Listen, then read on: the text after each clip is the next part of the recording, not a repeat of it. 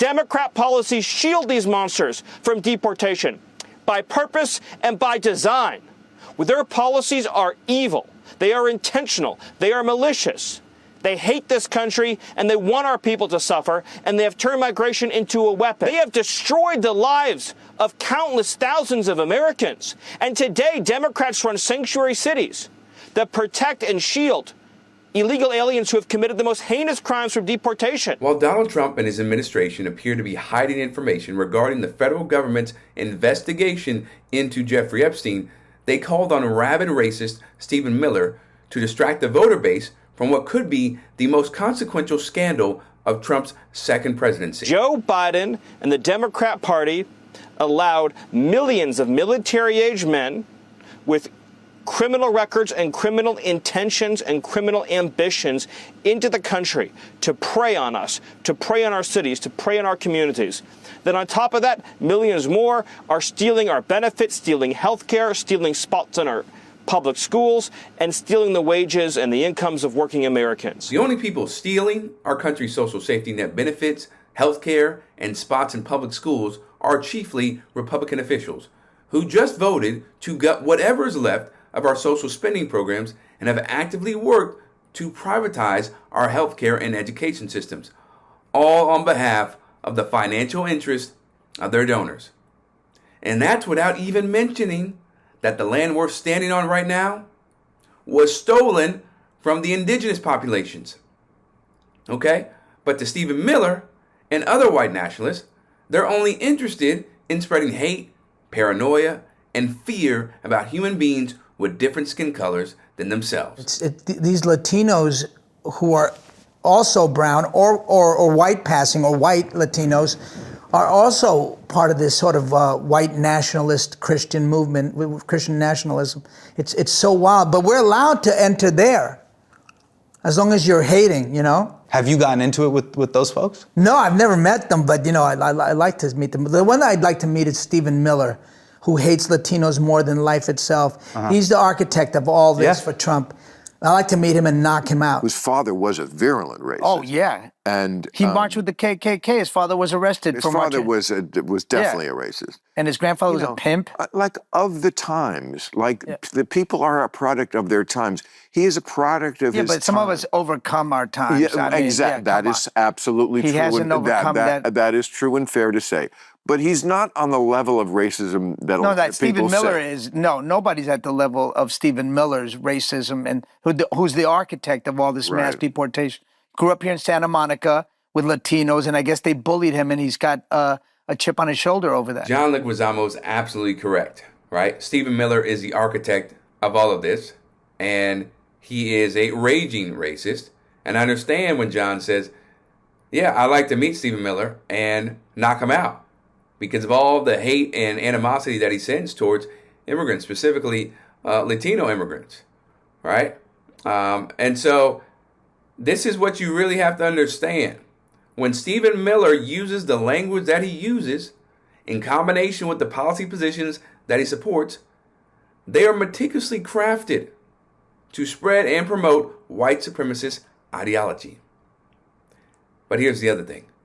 John Leguizamo is far from the only person to share the same feelings for Miller. I don't know anyone personally that if you took Stephen Miller, isolated, and you played a clip of the things that he says and his little physical demeanor and not be able to say, there's something up about that mother. What are your thoughts on Democrats saying that Republicans are weird? It was a tremendous victory for President Trump. It was an incredible night. Victory on immigration, victory on the economy, victory on inflation, victory on Afghanistan, victory on Ukraine. Really an incredible night for President Trump, where he laid out his vision to the American people and really made her own the record of the last 3.5 years. You evaded the weird question. I don't want to harp on the weird thing because, you know, a lot of people have called you weird before. And harping on it right now. But even before Tim Walz said it, like a lot of people have been calling you weird. Nothing's weirder than... How do you respond to that? People saying that you make them a little uncomfortable and that people kind of get uneasy when they're around you. Nothing's weirder than giving tampons to boys, as Tim Walz did. That's actually not true. That it was fact checked. That's actually not true. Anyway, so that's not true. We fact checked it, and he does make people very uncomfortable, and I was very uncomfortable when I talked to him. Stephen Miller's hateful views really revealed that he's a thin-skinned, weak, insecure, and petulant loser who has to put others down as much as he can to make himself feel better and superior to others, especially if he doesn't consider those other people to be white. As for Saddam Hussein and his henchmen, I think the ideal solution would be to cut off their fingers. I don't think it's necessary to kill them entirely. We're not a barbaric people. We respect life. Therefore, torture is the way to go. Because tortured people can live. Torture is a celebration of life and human dignity. We need to remember that as we enter these very dark and dangerous times in the next century. And I only hope that many of my peers and people who will be leading this country will appreciate the value and respect that torture shows towards other cultures. Am I the only one who is sick and tired of being told to pick up my trash when we have plenty of janitors who are paid to do it for us? When I watch those old Stephen Miller clips from his youth, I say to myself, what a deranged, terrible, and soulless, heartless human being. For him to say torture is a celebration of life and human dignity, there is something legitimately wrong with your brain and how you operate and how you think. And for him to say it so gleefully, right? That's what's scary. And on top of that, he obviously thinks he's better than the janitor and so many other people. He talks about, I don't even want to pick up my own trash because we got the janitors to do that. Again, it's this false sense of I'm superior to anybody else, right? Who doesn't identify like myself. And what you notice in those videos, it reveals certain aspects of his personality, right? And character that he's parlayed into quite the powerful political career. If you look at photos of the Empire State Building being constructed, in record time, by the way, what you don't see there are any illegal aliens. You look at the photos of us landing a man on the moon, you look at the NASA control room, you don't see any photos of illegal aliens. Americans built this country, Americans sustained this country, Americans have powered this country for 2.5 centuries. Nobody voted to turn Los Angeles, what was once one of the crown jewel cities of Americans, into a third world failed city. It is so dangerous right now for our country to have someone like Miller have as much power and influence as he does right now in Trump's administration when you hear all the words that are coming out of his mouth. But also because of what those words can do with the power and the influence that he has at this current time. It's one thing if it was just some bumbling idiot who hates undocumented immigrants and calls them illegal aliens. Like, well, you don't matter and you don't have any power to dictate what's going to happen. Well, in Stephen Miller's case, he has a lot of power and he has a lot of influence.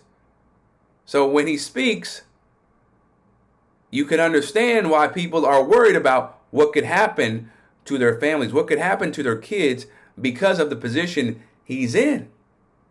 I just hate it because there's so much insecurity at the root of it and feeling weak. But they try to mask it. When I say they, I'm talking about white nationalists. They try to mask it as, oh, we're better than these people. We're better than individuals who have black and brown skin. We rise above them. But it is, without question, really terrifying for our country to be in this position when you consider what Miller has at his disposal and what he's able to do for the Trump administration. Rebel HQ, I'm Chris Williamson. We'll see you next time.